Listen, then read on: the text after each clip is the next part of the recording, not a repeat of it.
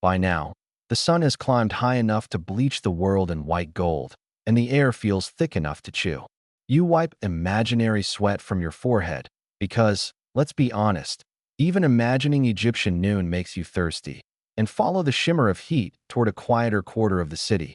The noise of work fades behind you. What replaces it is the soft swish of papyrus reeds in the breeze, and the low hum of conversation drifting from a shaded workshop. Inside, a man is bent over a shallow basin of water, muttering numbers that sound more like spells than calculations. His hands move carefully, measuring flow, adjusting clay weights, tracing marks on a smooth surface that you've found an inventor, or at least the ancient Egyptian version of one. He's working on something deceptively simple, a smaller, portable water clock. Something you could carry, perhaps, to keep your prayers on schedule or your pharaoh's appointments precise. The man, let's call him Mena, since that name was common among scribes and craftsmen, looks up and squints at you. He doesn't seem surprised to find a strange onlooker hovering silently near his bench. He just waves a hand, as if to say, "If you're going to haunt my workshop, at least keep quiet." So you do. You watch as he adjusts a spout with a reed stylus, letting a trickle of water escape at a maddeningly slow pace. Drip, drip, drip. Each drop lands in a tiny bowl below, which he's marked with lines denoting fractions of an hour. It's hypnotic, like the ticking of a clock centuries before ticking was even a concept. Historians still argue whether this kind of personal clepsydra ever became common in daily life, but fragments of small ones have been found in tombs. That means somebody thought they were valuable enough to take into eternity. You imagine a soul in the afterlife, politely watching water drip for all eternity. Ancient Egypt's idea of mindfulness. Mena frowns. The flow isn't perfect. It's too fast at first, then too slow. He mutters about temperature, pressure, and the gods of mischief, though probably not in that order.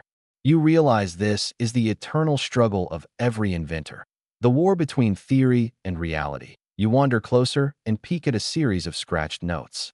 Hieroglyphs line the surface, neat but urgent, like someone trying to capture time before it slips away. Among them is a small sketch, something shaped vaguely like a bird perched on a stick. You tilt your head. A water clock shaped like a bird? Why not? Egyptians loved merging function with art. Indeed, some surviving clepsydras are carved to resemble lotuses, baboons, or deities of time like Thoth, the ibis-headed god of wisdom and measurement. Because in Egypt, time wasn't just practical, it was sacred. To measure it meant to honor the balance of the world, the endless turning of day and night, order and chaos. You step aside as a temple official arrives, robes rustling like parchment. He inspects Mena's work with the expression of a man who has never actually built anything himself, but has strong opinions about those who do. The pharaoh requires a timepiece for travel, he says, voice smooth as oil. One that can tell an hour even when the sun hides. Mena bows, but there's a spark of mischief in his eyes. Even Ra needs rest, my lord. Perhaps the pharaoh could do the same. You suppress a laugh, though the official doesn't. His expression curdles instantly. Still, he relents with a tight smile. Make it work, craftsman. The gods do not tolerate tardiness. When the official leaves, Mena exhales sharply and rolls his shoulders. They say the gods control time, he mutters, but somehow I'm the one blamed when it leaks. You like this guy? He's the first relatable Egyptian you've met today. Over the next hour, at least, by modern reckoning, you watch Mena refine his invention. He shapes finer spouts, smooths the clay, marks the hours more precisely. He even uses a strand of hair to gauge the consistency of water flow. Somewhere in the midst of all this, the first notion of calibrated precision is being born. The idea that time can be quantified, tested, and replicated. An idea that will echo down millennia to every wristwatch and smartphone timer in existence that a soft breeze carries in the scent of the river, and Mena glances toward it. Do you know, he says, as if you've been chatting all afternoon, that the Nile never truly sleeps? Even at night, its current whispers the hours. Maybe that's what taught us to listen for time. That hits you harder than expected. You realize that for Egyptians, time wasn't a number, it was rhythm. The slow rise and fall of the Nile, the heartbeat of seasons, the music of stars wheeling through the night. You leave Mena to his work and step outside. The city hums quietly now, everyone drowsy in the heat. Children chase each other along dusty alleys, their laughter rising like flutes. A fisherman snoozes beneath his boat. Somewhere, a temple gong sounds, marking midday prayers. The sound rolls over the rooftops like a slow wave, another form of alarm, gentle but firm. You follow the sound toward the riverbank, where priests gather under a canopy of palm leaves. One holds a staff etched with celestial symbols. Another carries a small water clock like Menace, using it to time their chants.